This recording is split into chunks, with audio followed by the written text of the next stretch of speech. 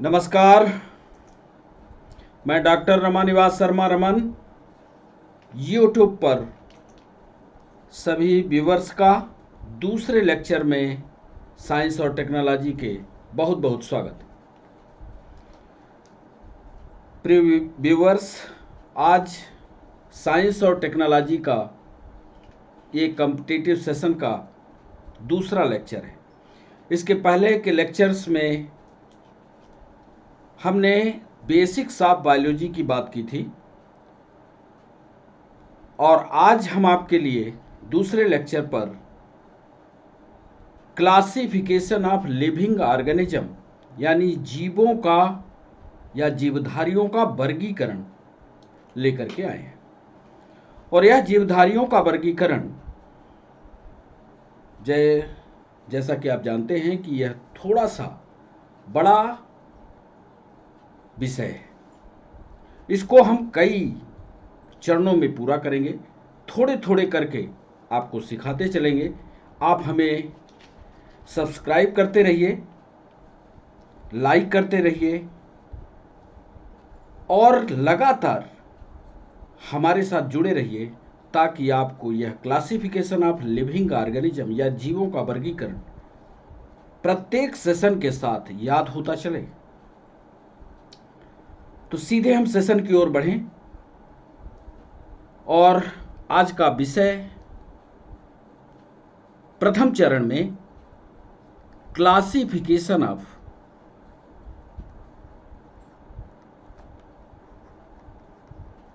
Classification of living organism.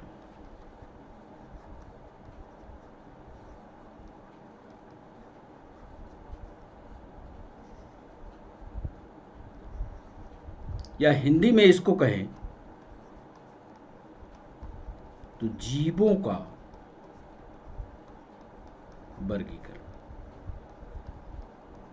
बच्चों, आपको बता दें, इसके पहले कॉम्पिटिटिव एग्जाम्स चाहे यूपीएससी हो, चाहे पीएससी हो, चाहे एसआई हो, जितने भी कॉम्पिटिटिव एग्जाम होते थे, अभी क्लासिफिकेशन के चैप्टर को आयोग ने नहीं जोड़ा था।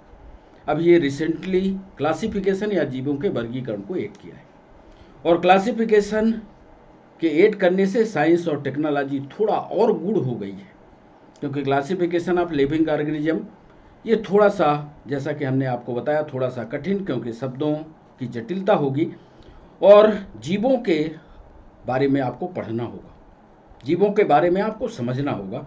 इसलिए थोड़ा सा ये अन्य चैप्टरों की तुलना में कठिन होगा, पर उसको हम सरल भाषा में आपको समझा करके और चलते हुए सेशन में आपको याद करवा देंगे, इसकी गारंटी है। तो जीवधारियों के वर्गीकरण की आवश्यकता क्यों पड़ी या वर्गीकरण कहते किसे हैं, सामान्य भाषा में समझने की कोशिश करिए। वर्गीकरण की आवश्यकता पड़ी क्यों या ग्रुप बनाने की जरूरत क्यों पड़ी? तो आप जानते हैं कि जब संख्या ज़्यादा हो गई किसी भी चीज़ की, मानिए एक कक्षा है और उस कक्षा में 50 स्टूडेंट हैं और उन 50 स्टूडेंट में एक टीचर को जानकारी लेने के लिए भेजा जाए कि आप जाओ और 40 मिनट में इन 50 बच्चों के बारे में जानकारी कलेक्ट करके ले आओ कि ये बच्चे कैसे हैं।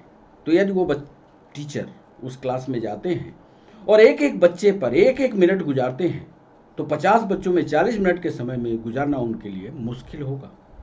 तो वो टीचर क्लास में पहुंच करके एक उपाय निकालते हैं।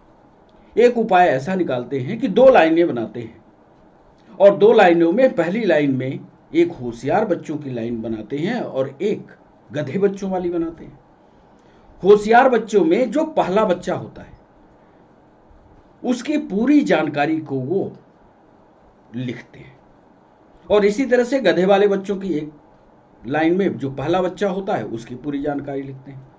जो होशियार के बच्चे के जितने भी कैरेक्टर होते हैं वो करीब करीब पीछे जितने 25-30 बच्चे लगे हुए हैं, करीब करीब, पूरे नहीं, करीब करीब गुण मिलते जुलते हैं। और ऐसे गधे वाले लाइन की जितने भी लक्षण होते हैं वो पूरे उसमें मिलते हैं। इस तरह से वो जब ग्रुपिंग कर लेते हैं तो वो 40 मिनट से भी कम समय में ये निर्णय पर पहुंच जाते हैं कि ये गधों की पहचान हो गई, ये होशियार वाले बच्चों की पहचान हो गई। तो ये ग्रुपिंग करना, यही तो वर्गीकरण है। जब वैज्ञानिकों के सामने बहुत सारे जीव आइडेंटिफाइड हो गए, पहचान कर लिए गए उनको, तो उनको पढ़ना मुश्किल होने लगा। तो वैज्ञानिकों ने वर्गीकरण की सहायता ली, जीवों को वर्गीकृत कर दिया और समान गुण वाले वर्गों को, जीवों को एक ग्रुप में इकट्ठा कर दिया, असमान गुण को अलग ग्रुप बना दिया और वर्गीकरण करके उनके लक्षणों को पढ़ते रहे। बस इसीलिए वर्गीकरण की जरूरत पड़ी। पहला पॉइंट कॉम्पिटिटिव पॉइंट से लिखने के लिए, पहला पॉइंट आपके लिए हम बनाते हैं, ऐसे आप भी लिखिएगा। पहला पॉइंट लिख रहे हैं कि सभी जीवधारी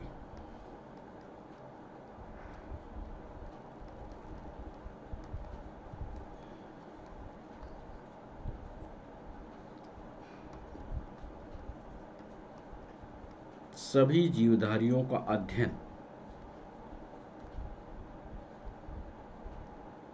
अलग अलग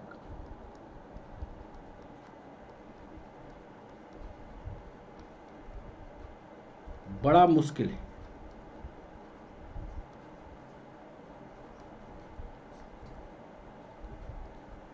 बड़ा मुश्किल था, इसलिए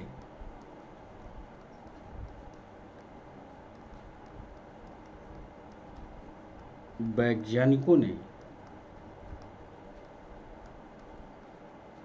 समूहों का निर्माण किया।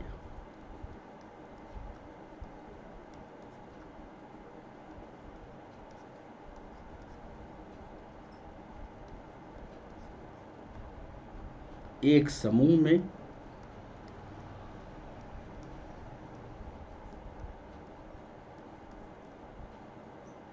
समान गुण वाले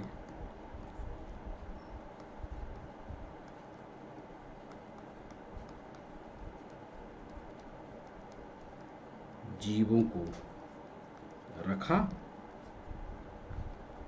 और उसमें से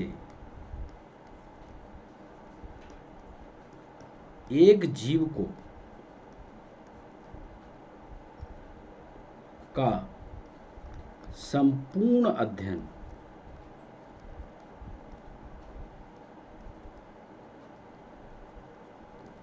बाकी जीवों का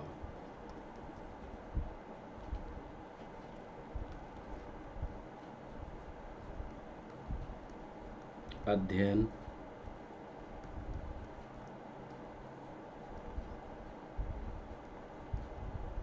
करा दिया। इस तरह ग्रुप अध्ययन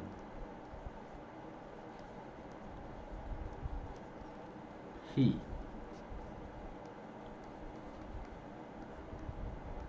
वर्गीकरण कहलाता है।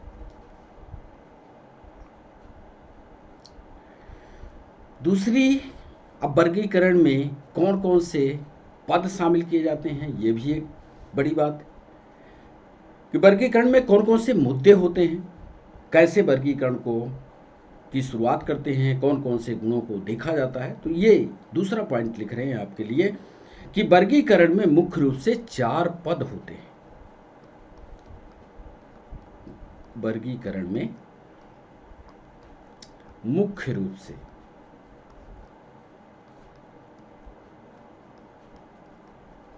4 पद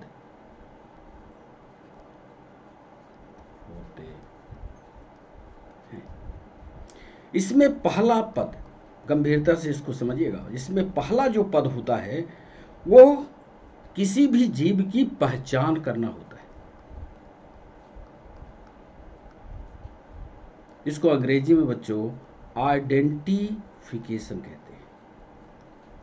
कई बच्चों ने पिछले सेशन में जब हमने पहला लेक्चर दिया है तो उसने कहा है, बच्चों ने कहा है, कई व्यूअर्स ने कहा है कि सर इसका इंग्लिश फॉर्म भी आना चाहिए। बच्चों हमने कोशिश की है कि एक सामान्य हिंदी लिखें जिसको आप सामान्य रूप से कर सकते हो। उसकी अंग्रेजी जैसे the classification have 4 important steps that is first one is the identification, यानी पहचान क्या है उस जीव की, पहला स्टेप होगा। तो टर्मिनोलॉजी जो होगी वो पूरी तरह से इंग्लिश में होगी और हिंदी में होगी। तो हिंदी और इंग्लिश के बच्चे इसको बड़ी समग्रता समझदारी से पढ़ सकते हैं, कोई दिक्कत नहीं होगी। पहचान, जब पहचान हो जाए जीव की, तो दूसरा जो हम महत्वपूर्ण बिंदु करेंगे वो करेंगे कि किस ग्रुप में उसको रखा जाए, उसका वर्गीकरण कर देंगे। इसको अंग्रेजी में कहते हैं बच्चों क्लासिफिकेशन। इसके बाद तीसरा प्रमुख बिंदु होगा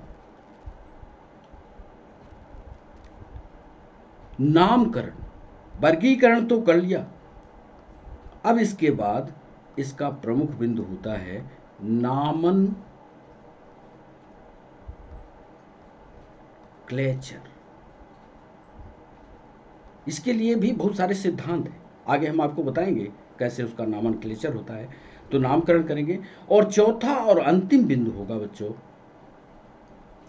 वर्ग की पादानुक्रम।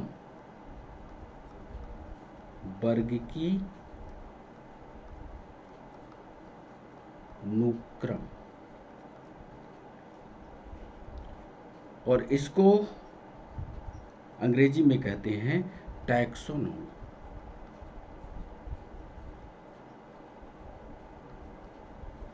कैसे हम उसका पूरी तरह से वर्गीकरण लिखेंगे। अब ये बायोलॉजी की भाषा है तो थोड़ी देर में समझ में आ जाएगी, आगे हम इसको विस्तार से आपको बता देंगे। तो वर्गीकरण में मुख्य रूप से 4 पद हम शामिल करते हैं, 4 स्टेप से फॉलो करते हुए तब उसका पूरी तरह से उस जीव के बारे में जानकारी होती है। इसमें पहला होता है आइडेंटिफिकेशन, दूसरा होता है क्लासिफिकेशन, तीसरा होता है नामकरण या नॉमेनक्लेचर, और चौथा होता है उसकी टैक्सोनॉमिक पोजीशन। पहचान, वर्गीकरण, नामकरण और वर्ग की पादानुक्रम। अब इसमें तो आप समझ रहे होंगे कि इसमें जीव की हम वास स्थान या स्थान का अध्ययन करेंगे कि उसको कैसे हम पहचान पाए कि ये जीव है।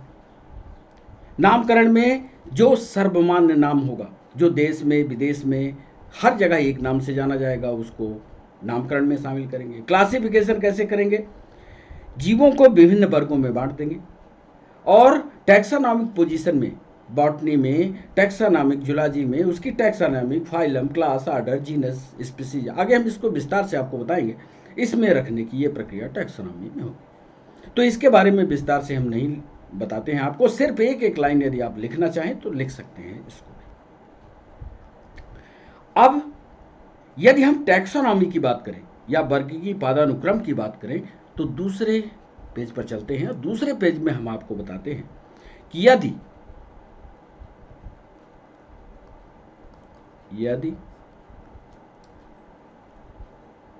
टैक्सोनॉमी यानी वर्गीकी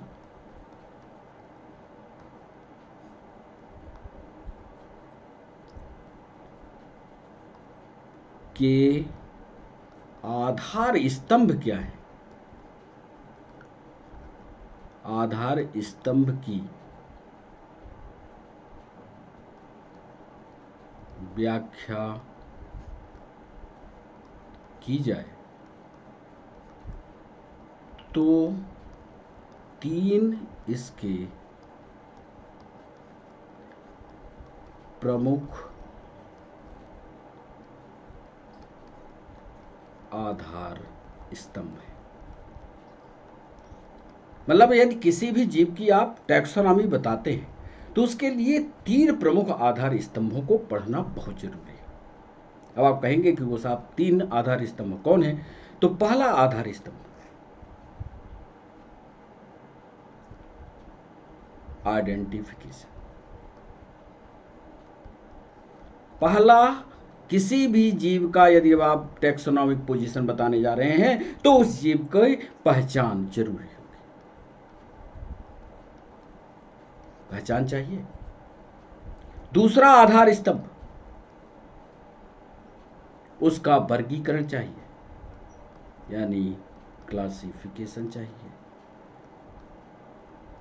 या इसी को वर्गीकरण कहेंगे। और तीसरी महत्वपूर्ण बात चाहिए कि उसका नामकरण हो जाए।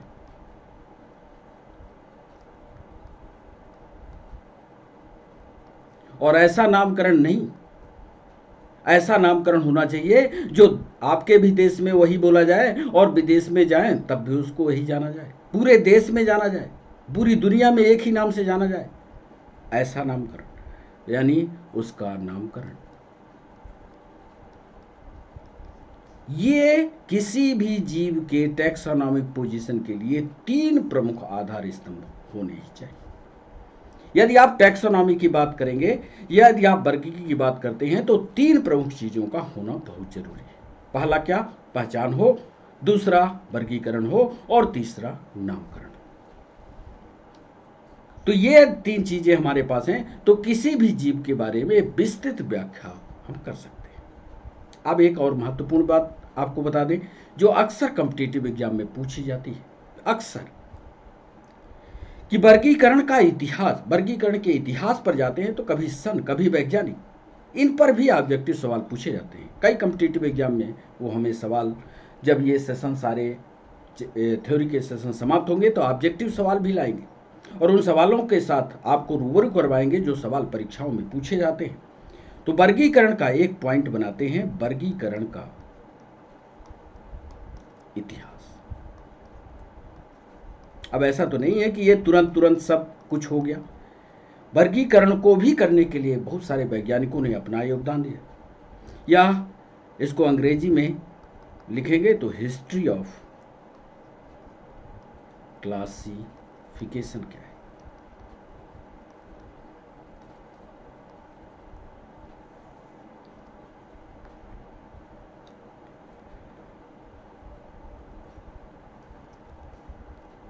आपको 2 वैज्ञानिकों का नाम हम पहले बताते हैं, ध्यान से सुनिएगा। एक वैज्ञानिक हैं हिप्पोक्रेट्स,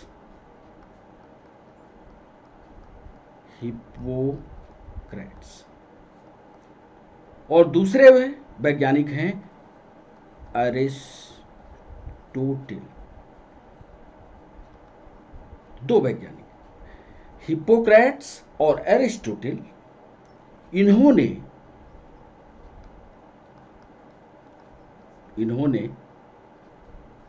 जंतुओं को, अभी जंतु की बात कर रहे हैं, जीव की नहीं बात कर रहे, जंतुओं की बात करें, पौधों को छोड़ रहे, इन्होंने जंतुओं को, पता है, 3 समूह में बांट दिया। याद कर लीजिएगा, हिप्पोक्रेट्स और एरिस्टोटल में संसार में जितने भी जंतु थे उनको 3 समूहों में बांटा था।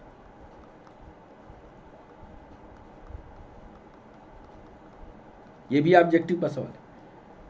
हिस्ट्री ऑफ क्लासिफिकेशन में पूछता है कि हिप्पोक्रेट्स और एरिस्टोटल ने जंतुओं को सबसे पहले कितने समूहों में बांटा। आप याद रखिएगा, ये 3 समूहों में बांटा। चलिए बता देते हैं वो कौन कौन से समूह हैं। तो सबसे पहले जितने भी दुनिया के जंतु थे उनको बांटते समय इन्होंने एक पक्षी वर्ग बताया, या इसको बर्ड्स कह सकते हैं। दूसरा समूह लोगों ने बताया, दोनों हिप्पोक्रेट्स और एरिस्टोटल ने, इंसेक्ट, या इसको कीट वर्ग कहते हैं, आप इंसेक्ट्स कह सकते हैं। और तीसरा जो उन्होंने बताया वो थे मत्स्य वर्ग,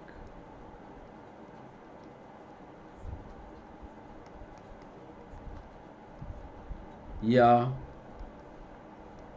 पिसीसेस ग्रुप। तो हिप्पोक्रेट्स और एरिस्टोटल जो इतिहास क्लासिफिकेशन का बताता है, इन दोनों वैज्ञानिकों ने बताया कि जो संसार के जंतु हैं उनको 3 प्रमुख ग्रुप में बांटा जा सकता है, जिसमें एक पक्षी वर्ग है, एक कीट वर्ग है और एक मत्स्य वर्ग है। इसके बाद दूसरे वैज्ञानिक हैं, ये इतिहास का दूसरा पॉइंट। दूसरे वैज्ञानिक थे प्लिनी द एल्डर, नोट करिएगा, प्लीनी द एल्डर, ये दूसरे वैज्ञानिक थे, प्लीनी द एल्डर। इन्होंने एक किताब लिखी, इसके आगे लिख लीजिएगा, इन्होंने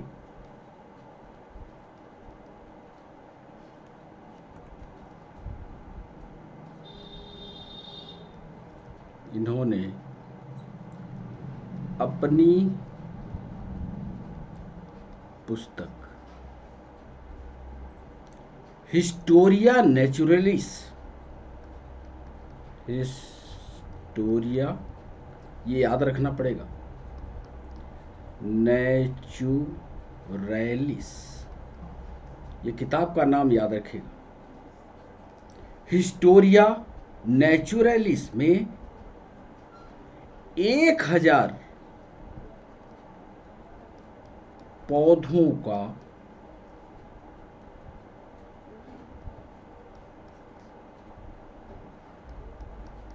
वर्गीकरण किया।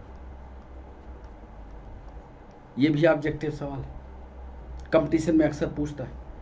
प्लिनी द एल्डर, इन्होंने अपनी पुस्तक हिस्टोरिया नेचुरलिस में 1000 पौधों का वर्गीकरण किया है। तो ये दूसरा पॉइंट याद रखना है। तीसरा महत्वपूर्ण पॉइंट है, एक वैज्ञानिक हैं जॉन रे,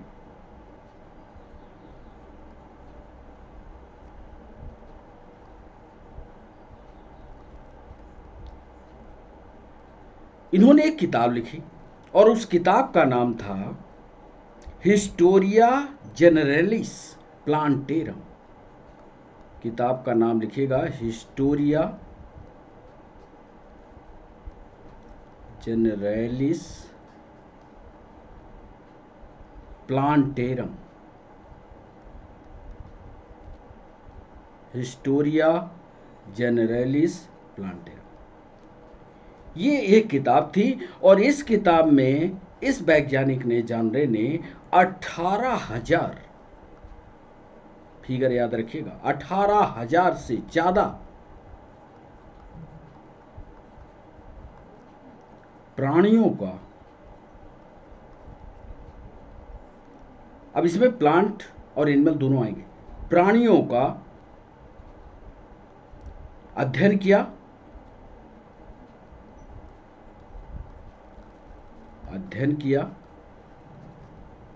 तथा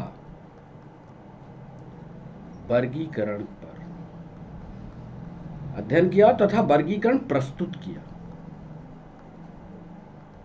इन 18,000 का। साथ में एक विशेष बात जॉन रे से जुड़ी हुई है, ये कई परीक्षाओं में ऑब्जेक्टिव भी पूछा गया कि ये स्पीसीज के जनक भी हैं। एक शब्द आता है जाति या स्पीसीज, SPECIES, स्पीसीज या जाति के जनक हैं, जाति शब्द के जनक है। कोई सवाल पूछता है, देखिए विस्तारवादी सवाल आते हैं, तथ्यात्मक सवाल आते हैं कॉम्पिटिटिव एग्जाम में, हम सारी कुछ जानकारी हमारे पास होती है पर ऐसे सवालों की जानकारी हमारे पास नहीं होती जो आधारभूत सवाल है। इसीलिए हम आपका अध्ययन जो है वो थ्योरेटिकल बेस पर ले जा रहे हैं। तो जॉन रे हिस्टोरिया जनरलिस प्लांटेरम किताब लिखी, उसमें 18,000 से ज़्यादा जीवों के बारे में वर्गीकरण प्रस्तुत किया और स्पीसीज शब्द या स्पीसीज या जाति शब्द का प्रादुर्भाव जॉन रे के द्वारा किया गया। अब इसके बाद जिन्हें फादर ऑफ टैक्सोनॉमी कहा जाता है, अब उनका विवरण हिस्ट्री में देखिए। वो वैज्ञानिक हैं कैरोलस लीनियस।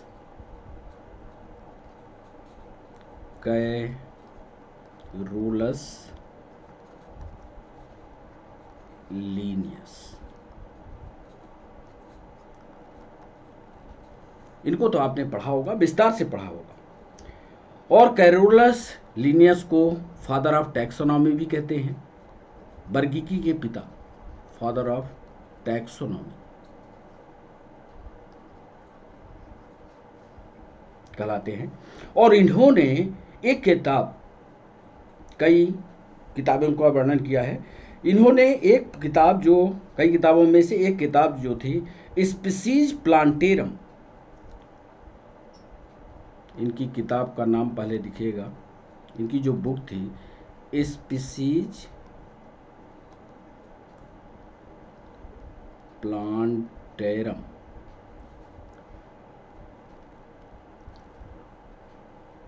और एक थी फिलोसोफिया बोटेनिका, फिलोसोफिया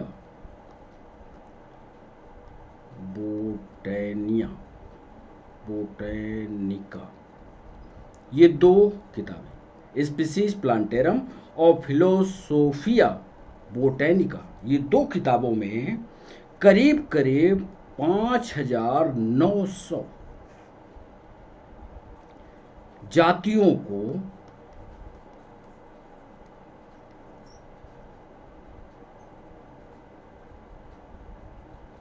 जीवित जातियों को, जीवित लिख लीजिएगा तो आपके समझ में आएगा, जीवित जातियों का वर्गीकरण पेश किया।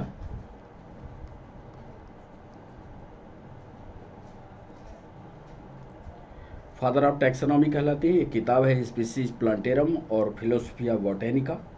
5,900 जीवित जातियों का वर्गीकरण पेश किया और इन्होंने बताया कि जो दुनिया के जीव हैं, ये देखते जाइएगा, ये पहला इंपॉर्टेंट पॉइंट, ये दूसरा इंपॉर्टेंट पॉइंट कैरोनस लीनियस के बारे में, और तीसरा इंपॉर्टेंट पॉइंट ये बता रहे हैं कि जो भी दुनिया के या संसार के जीव थे, वो संसार के जीव 6 समूह में बांटे गए।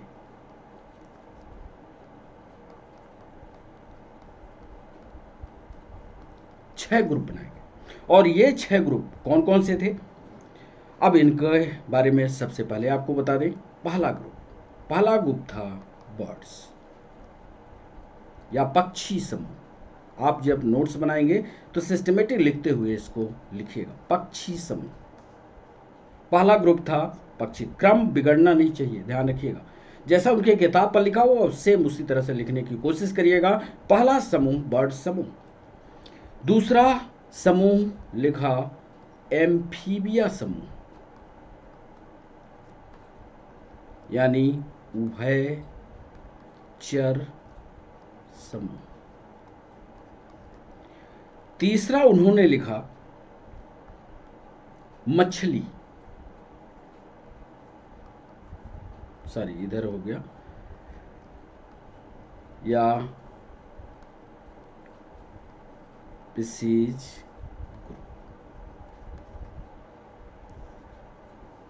चौथा जो समूह था वो था कीट वर्ग,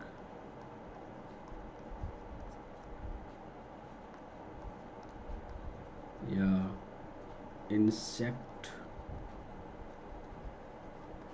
ग्रुप। पांचवा जो ग्रुप था वो था सरीसृप वर्ग या रेप्टाइल ग्रुप।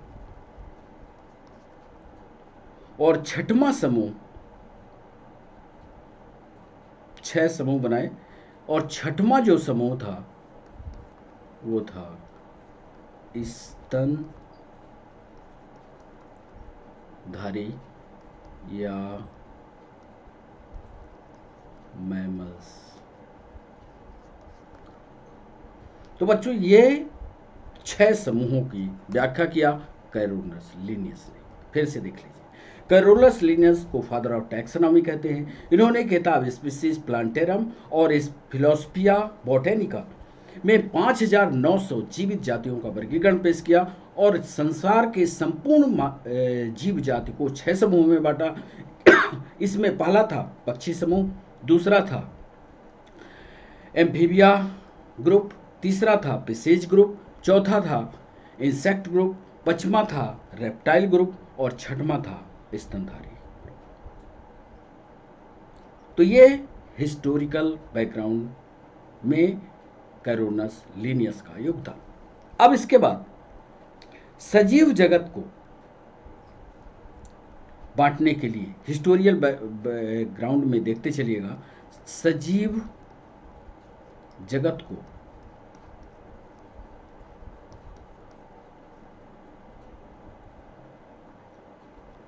विभाजित करने में, विभाजित का मतलब बांटने से नहीं है, विभाजित करने में या वर्गीकरण करने में मुख्य रूप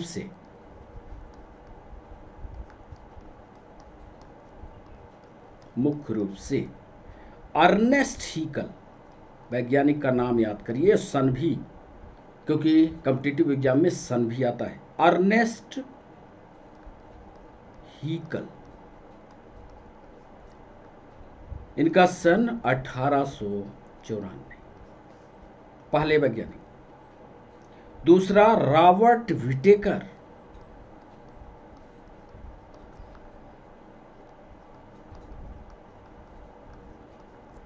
सन आता है इनका 1969, याद करिएगा, कई किताबों में 59 लिखा हुआ है, बदल दीजिएगा 1969।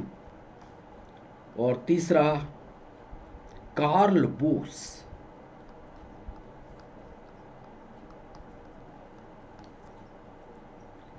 और कार्ल बोस का योगदान 1977 का है। सन इसलिए लिख दिया है कि अभी जब हम क्लास को लाइव करने आ रहे थे तो एक पेपर देख रहे थे यूपीएससी का, उसमें उन्होंने ये पूछा था कि अर्नेस्ट हीकल ने क्लासिफिकेशन का सन क्या था, किस सन में उन्होंने क्लासिफिकेशन प्रस्तुत किया था, तो इसलिए सन भी ऐड कर दिया है कि 1894 में अर्नेस्ट हीकल, रॉबर्ट विटेकर 1969 और कार्ल बॉस 1977 में इन वैज्ञानिकों ने सजीव जगत को विभाजित करने या वर्गीकरण करने में मुख्य रूप से भूमिका निभाई। आगे जोड़ लीजिएगा, मुख्य रूप से भूमिका निभाई।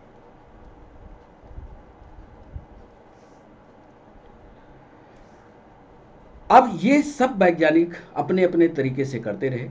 अब आगे से विस्तार रूप में जब वर्गीकरण की बात चली कि अब चूंकि फाइनल वर्गीकरण होना है, तो फाइनल वर्गीकरण में आगे लाइन लिखिएगा कि वर्गीकरण के क्रम का आधार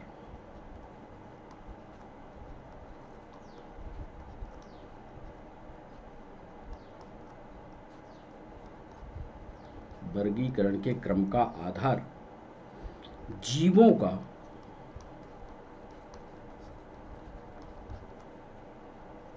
उनके लक्षणों के आधार पर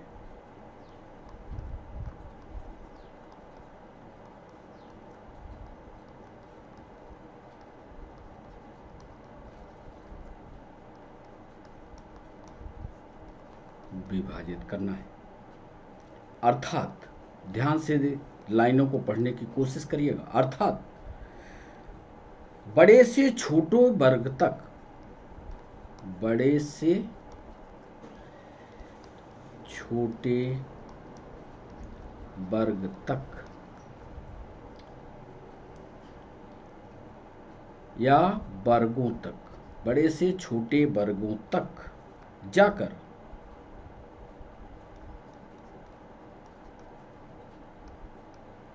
सबसे छोटी इकाई जाति तक, जाति माने स्पीसीज तक पहुंचना। क्रम आधार कैसे शुरू करेंगे? पहले विस्तार से कोई जीव का वर्गीकरण करेंगे तो एक भीड़ में होगा, फिर उस भीड़ से धीरे धीरे करके क्रम से स्टेप बाय स्टेप कैसे उसको सबसे निचले स्तर पर लाते हैं, तब उसका आइडेंटिफिकेशन स्पेशली कैसे होता है, कैसे बड़े से निकालकर उसको छोटे पर लाते हैं, ये लाइन हमने लिखी है कि वर्गीकरण के क्रम का आधार जीवों का उनको लक्षणों के आधार पर विभाजित करना है, अर्थात बड़े से छोटे वर्गों तक जाकर सबसे छोटी इकाई जात तक पहुंचाना। अब कैसे इसको पहुंचाते हैं, आपने जो बायोलॉजी के बच्चे होंगे या आप 10th में जब रहे होंगे तभी आपको ये पढ़ने को मिला होगा कि सबसे पहला जब किसी जीव के बारे में आप प्रैक्टिकल करने जब लैब में जाते रहे होंगे तो प्रैक्टिकल की जो कॉपी मिलती रही होगी उसका वर्गीकरण पहले लिखा रहा हो, तो वर्गीकरण में एक नाम ऊपर लिखा रहा होता है जिसको कहते हैं किंगडम, और किंगडम को हिंदी में जगत कहा जाता है। अब देखिए कैसे हम बड़े से छोटे पर ले जाएंगे, तो पहला हुआ किंगडम, फिर दूसरा फाइलम। अब फाइलम शब्द का उपयोग याद रखिएगा जंतु में किया जाता है। यदि जूलॉजी आप पढ़ रहे हैं तो फाइलम लिखिएगा, और यदि आप बॉटनी पढ़ रहे हैं तो डिवीजन क्या लिखेंगे, डिवीजन। ये थोड़ी थोड़ी बेसिक जानकारियां हैं जो आपको जाननी चाहिए, ये पादप पर लिखिएगा। फिर इसके बाद पहुंचते हैं फाइलम के बाद क्लास में। ये आप सब ने पढ़ा होगा, 10th तक सब साइंस वही है, और आपके कोर्स में 10th से ज़्यादा 10th और 11th से ज़्यादा साइंस है भी नहीं। क्लास, इसको वर्ग कहते हैं। फिर इसके बाद एक नाम आता है ऑर्डर, और इसको हिंदी में गण कहते हैं। फिर इसके बाद आता है फैमिली,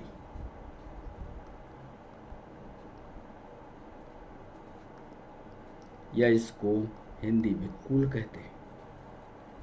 फिर आता है वंश, या इसको क्या बोलते हैं, जीनस।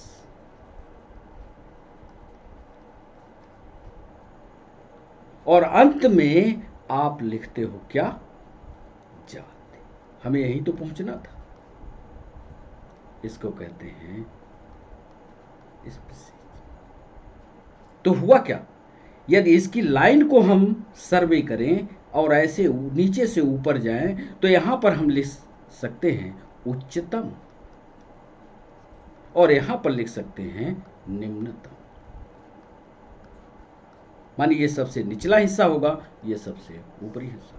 अब किसी जंतु का आइडेंटिफिकेशन करना होगा तो पहले उसको बृहद रूप में देखेंगे, फिर वहां से उसका फाइलम तलाशेंगे, फिर उसका क्लास तलाशेंगे, फिर उसका ऑर्डर तलाशेंगे, फिर उसकी फैमिली देखेंगे, फिर उसका जीनस देखेंगे, अंत में लास्ट में अगले पॉइंट पर उसकी जाति के बारे में विवरण। तो इस तरह से एक वर्गीकरण की रूपरेखा बनती है, ये कहलाती है टैक्सोनॉमिक पोजीशन। अब मान लो जाति हमें मिल गई, जीव को हमने पहचान लिया, तो नामकरण के लिए एक फार्मूला दिया वैज्ञानिकों ने, जल्दी से उसके बारे में आपको बता दें। उस नामकरण के फार्मूले को द्विनाम पद्धति कहते हैं, द्विनाम पद्धति, या इसको अंग्रेजी में कहोगे बाई नॉमिनल, बाई नॉमियल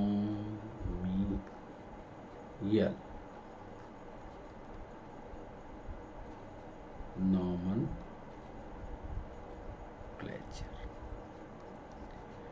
अब ये द्विनाम पद्धति क्या है, किसी भी जीव का,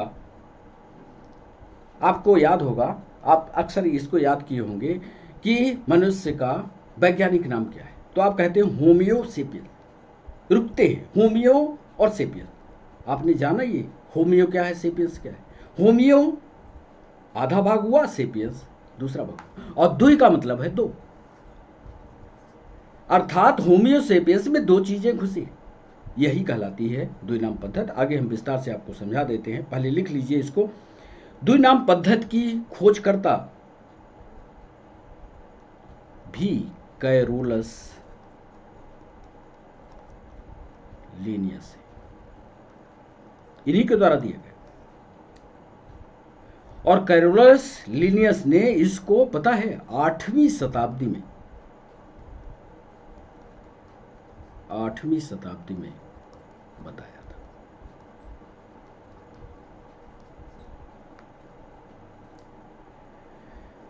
इन्होंने बताया कि इसमें किसी भी जीव के, किसी भी जीव के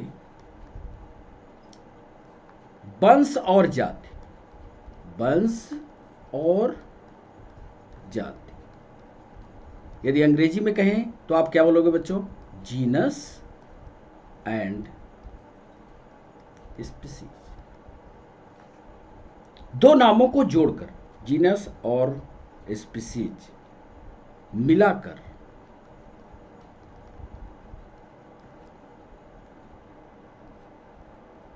नाम लिखने की प्रक्रिया शुरू की गई। तो कैरोलस लिनियस भी नामकरण पद्धति के या द्विनाम पद्धति के जन्मदाता भी हैं। इसके नाम लिखने की तरीका जो है ये ध्यान रखिएगा। जैसे अभी हमने कहा कि मनुष्य का नाम क्या होता है? होमो सेपियंस, ये इसकी हिंदी है।